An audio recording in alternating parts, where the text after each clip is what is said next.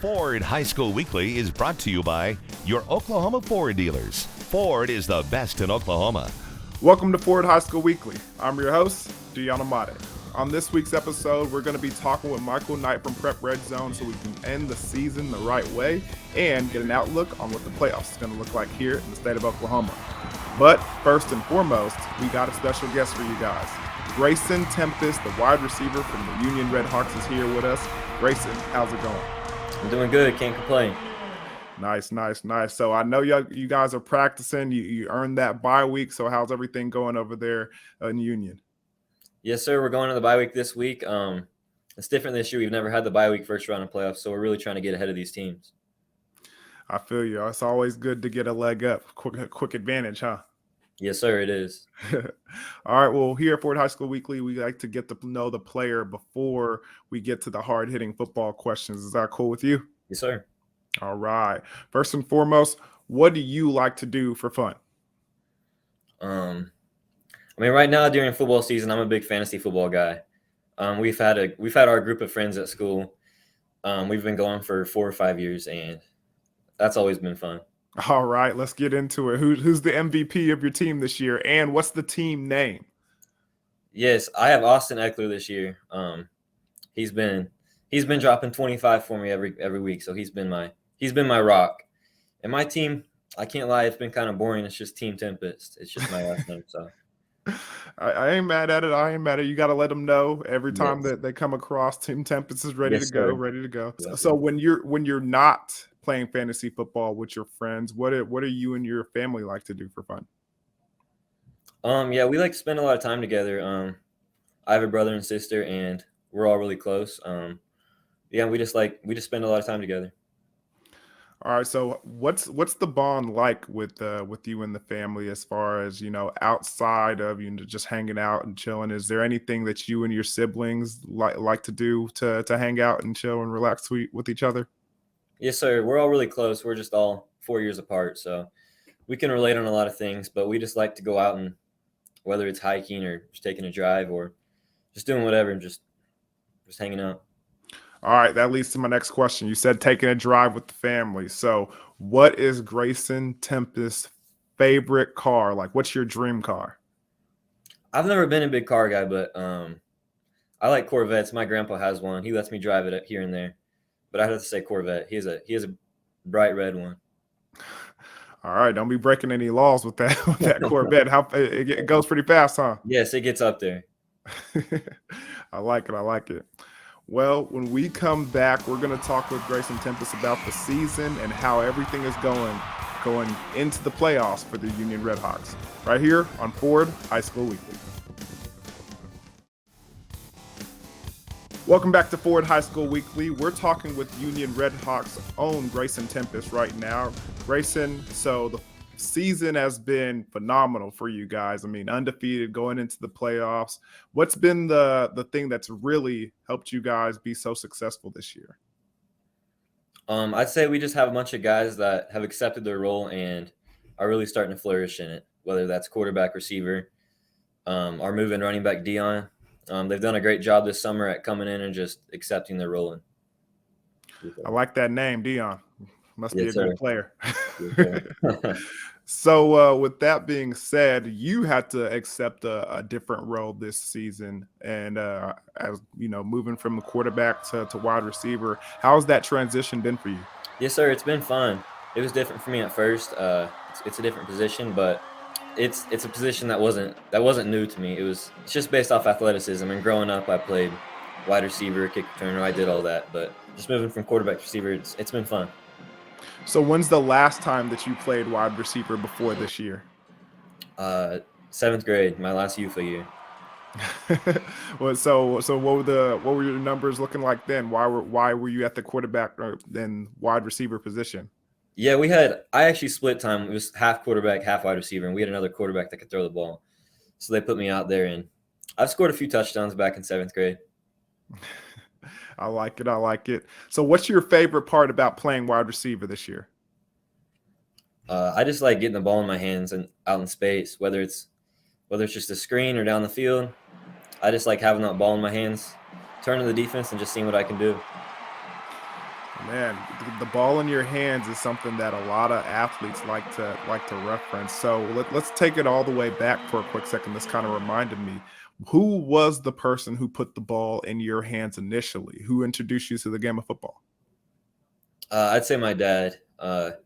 He was a coach at Union for a lot of years, and he won some state championships. But he just he was my coach growing up back in UFA, and he taught me the game for sure.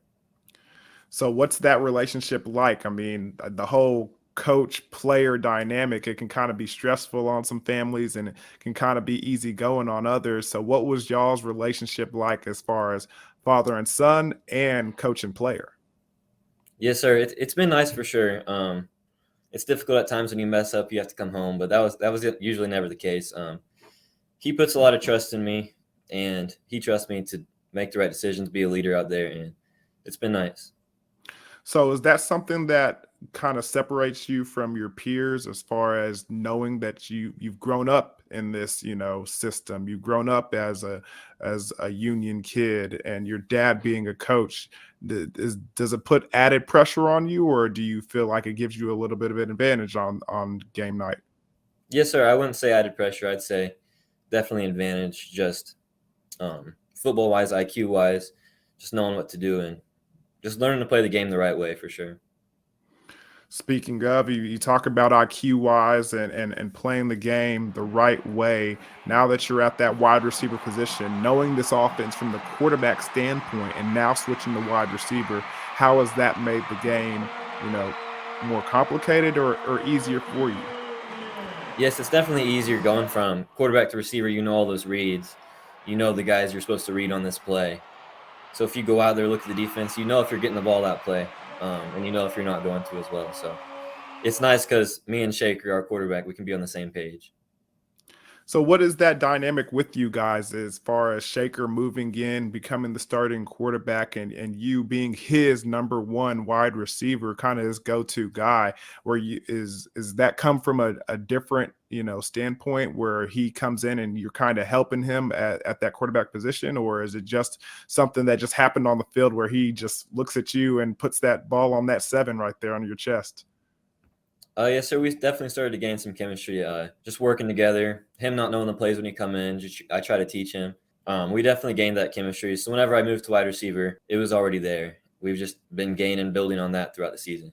I like it, like it. Speaking of the season, I mean, the season went pretty well, undefeated. Yes, So sir. what's the playoff outlook looking like? Yes, sir. So we got the bye this week. We're looking at playing Broken Arrow Norman next week. We've played both teams. Both teams played us hard, so it's not something we can take for granted. We got to start preparing this week to make sure we're ready for them. I like it. So now looking back on the regular season and everything that you've been through, what was your favorite game this season?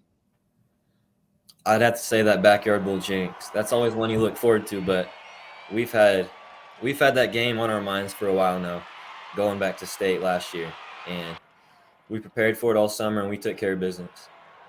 Speaking of state, what is the thing that the Union Redhawks are gonna have to do to kind of make that push to state and capture that gold ball? Yeah, so we're still looking to play our best game of the season. We've had some good games. Our offense has played well, our defense has played well, but as a team, we don't believe that we've put those two together in the same game, and so we're looking to do that in state, and that's a scary sight when we're 10-0 and we say we haven't had our best game yet. Ain't that the truth, man? Well, let's talk about you a little personally right now. I'm kind of curious, how has the recruiting process been going since you switched from quarterback to wide receiver? Are people starting to take notice and really get a hold of you? Yes, sir. I've definitely had some more colleges reach out to me and some more interest since moving to receiver. It's allowed me to gain a lot more interest, and as the season goes on and college seasons start to come to an end, it's going to ramp up. So with that being the case, are you looking to play that wide receiver position at the next level as well? Yes, sir. I think receiver would give me the best opportunity in college to make an Yeah. impact for sure. Well, I've been able to watch you play, man, and you're pretty impressive. So good luck with everything in the future, and man, good luck in the playoffs. Thank you.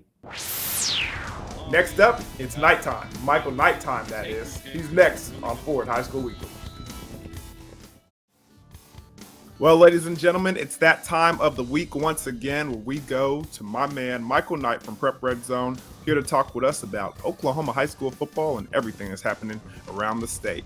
Michael, how's it going, man? It's going good, man. We flipped the calendar over to November. Playoffs are here, so it's a great time of the year. So last week was a little bit of an unusual situation for the last regular season game of the year for everybody around the state. A lot of games got pushed up and moved. Well, before we get into some of those games that we kind of watched, was there anything that any coaches or anything that happened during those games that kind of gave them some conflicts or some difficulties moving that game up, or was it business as usual, just fighting through adversity? I think that with the referee shortage this year, so many games got pushed up to Thursday anyway to help make it possible to have referees. So I think that, a lot of these schools, one, they're going to always lean on the side of caution whenever you're talking about severe weather. And I know southeastern Oklahoma got hit really hard on Friday with storms and tornadoes. So whenever you're talking about that kind of stuff, these schools are always going to lean on the side of caution. For some of these coaches, yeah, I'm sure they weren't thrilled about, having a potential district championship game get moved up by a day. That's a total day that you lose in preparation. So, I mean, as far as like anybody saying anything negative, I haven't heard anything, but I'm sure there's a few coaches that might like to say, I really wish I had that extra 24 hours. I imagine so. We both know how coaches can be with their preparation and their schedules, and, getting off track. It's kind of not something they're quite fond of. Yeah, but I mean, as far as like the Week 10 results, I think all of them pretty much played out the way we kind of thought they were going to, with the exception of maybe that game that took place on national television over in Bixby, Oklahoma. Not a lot of people saw that coming, but when it comes to Jenks snapping the winning streak of Bixby, I said this on Thursday night. This was the Jenks team that I wrote about back in July. I thought that the Trojans were the second best team in 6A1 this year, behind Union. And when they're healthy, we saw last week what they can do. So it'll be interesting now with the playoffs. Bixby doesn't have to worry about that winning streak and answering all those questions every single week of, when is it going to happen? When is, it's not hanging over their heads. So now that they can play loose, and the one thing I said over the weekend was the only thing that's harder than beating Bixby once is beating Bixby twice. So, it might be interesting what we end up seeing in the playoffs in 6A1. All right, well, let's go ahead and talk about this loss for Bixby and this win for Jenks in a little bit of detail here. What did you see in that game that really allowed the Jenks Trojans to have success against the Bixby Spartans and be able to snap that winning streak? The running game from Jenks was outstanding. I mean, we knew that Jaden Carroll was one of the best running backs in the state. Him going for 180 yards isn't surprising. However, quarterback Ike Owens running for 170 yards, and we saw a couple of those long runs. One of them put Jenks inside the Bixby 5, inside the 10-yard line. I didn't expect that kind of performance, from them running as a team. I knew that Carroll would have a good game. I knew that Ike Owens is a really good high school quarterback, but I didn't see him running for $170. I didn't see that coming. So it's without a doubt the running game that got it done for Jenks. And then the defense. On the defensive side of the ball, the thing that Bixby does so well offensively is they move fast and they move efficient. And when they get you on your heels, they love to run those bubble screens, those quick outs to the receivers on the edge. Jenks had it down pat. They defended that part of Bixby's offense so well. Don't get me wrong. Obviously, Bixby still scored 35 points, but when you're talking about an offense that's been averaging nearly 70 points a game, it was a step back for them offensively. They still had a good night, but Jenks' defense, especially on that up-tempo offense, really gave Bixby problems. It kept them bottled up. It kept them playing behind the sticks. And, Jenks was able to take advantage. They put Bixby down into a hole, and we saw, especially in the fourth quarter, Bixby hadn't been in that position where they were down by 3 scores in the fourth quarter very often, if at all, in the last 5-6 years. And so for them to not have as much hurry up in them, I mean, they had one drive that took about 4 or 5 minutes when it possibly could have taken 2 or 3. And I'm not gonna second guess the coaches. They know way more football than I'll ever know. But at the same time, they hadn't been in that position. They hadn't been in that position in years and years, and so they didn't really know what to expect. Now they're going to move forward. They're going to fix their mistakes, and they could be even more dangerous in the playoffs. When we come back, there was another game at 6A2 that had me and Michael very interested on the outcome of that one. Also, we'll talk about the playoffs right around the corner. We'll be right back here on Forward High School Weekly. Welcome back to Forward High School Weekly, where we have Michael Knight from Prep Red Zone here with us talking about high school football all over the state and around the state. This last weekend, let's go ahead and say last weekday, since everybody played on Thursday, the Muskogee Roughers took on the Stillwater Pioneers. That was a game that everybody thought, this is the actual game to watch. This is the actual game that everybody said was going to be a great contest. Although that Jenks Bixby game is on national TV, hey, the Roughers and the Pioneers have a matchup across the state that everybody needs to keep a close eye on. You certainly did, Michael. What were your thoughts on the matchup? I was one of those people.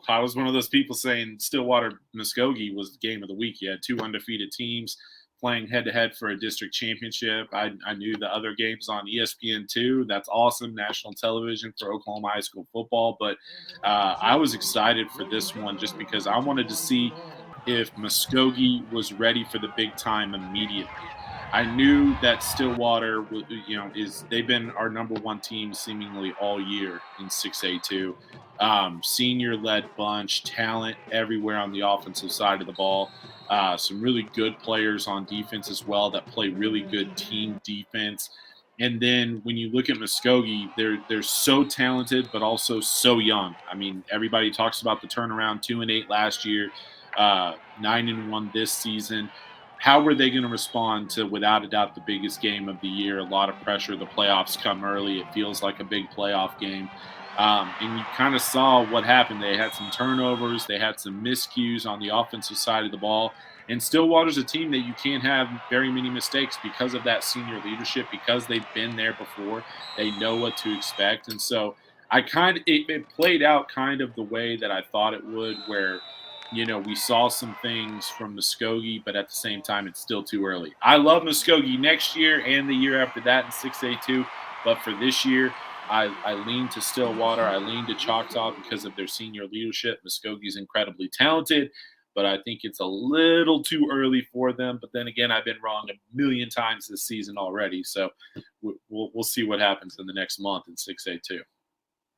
Everybody was talking about that matchup between Gage Gundy and Jamarian Ficklin, and now how did they both show up and show out? Yeah, I think obviously Gage got the better of it because he's on the winning side, and I think one thing that stood out, not necessarily to me, but to people around the state, I listen to what other people say about the matchups, and I try to see what the response is to what they see, what I've seen. And a lot of people were surprised at the athlete that Gage is as far as running the football. And then for Ficklin, I mean, the ceiling is so high for him. I mean, look, the game didn't go well. He had a couple turnovers, but at the same time, the ceiling is so high for him. You saw how special he is.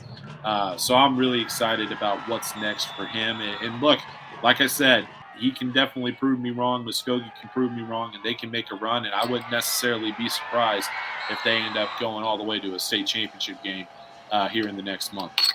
Speaking of the playoffs, before we get you out of here real quickly, go ahead and preview some of these playoff matchups for us as we wind down to that part of the season.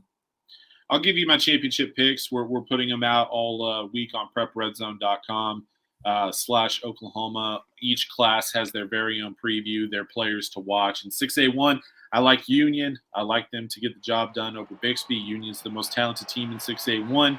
It's going to be interesting to see what happens with Bixby coming off of a loss. Jenks is peaking at the right time, but I do have Union winning their first state title since 2016. In 6A2, I'm going with Choctaw and Stillwater making it to the championship game. Muskogee is going to be in the mix. Deer Creek, watch out for Booker T. Washington. And in that matchup, I have Choctaw. There's something about Steele-Wassel, man. He is a winner. He is a dog. He has that dog mentality. And so I think it's going to be a really entertaining game, but I'm giving Choctaw the slightest of edges. Class 5A, been talking about it for weeks. It's hands down my favorite class. There's great matchups everywhere. The quarterfinals next week are going to be insane. But in that, I like Carl Albert to get the job done. They're playing their best football at the right time. Xavier Robinson, their running back, is one of the best players in the state. Class 4A, I think Cushing takes it. That offense is legit. Blaze Berlowitz, their quarterback. Camden Crooks, their wide receiver. That is a high-powered offense. They've scored at least 70 points in their last 3 games, so they're playing some of their best football at the right time. Their biggest game of the year was a 42-0 win over Wagner. They're peaking. They're playing great football. I think they're a big favorite in 4A. In Class 3A, I like Lincoln Christian, Metro Christian, Heritage Hall. Take your pick.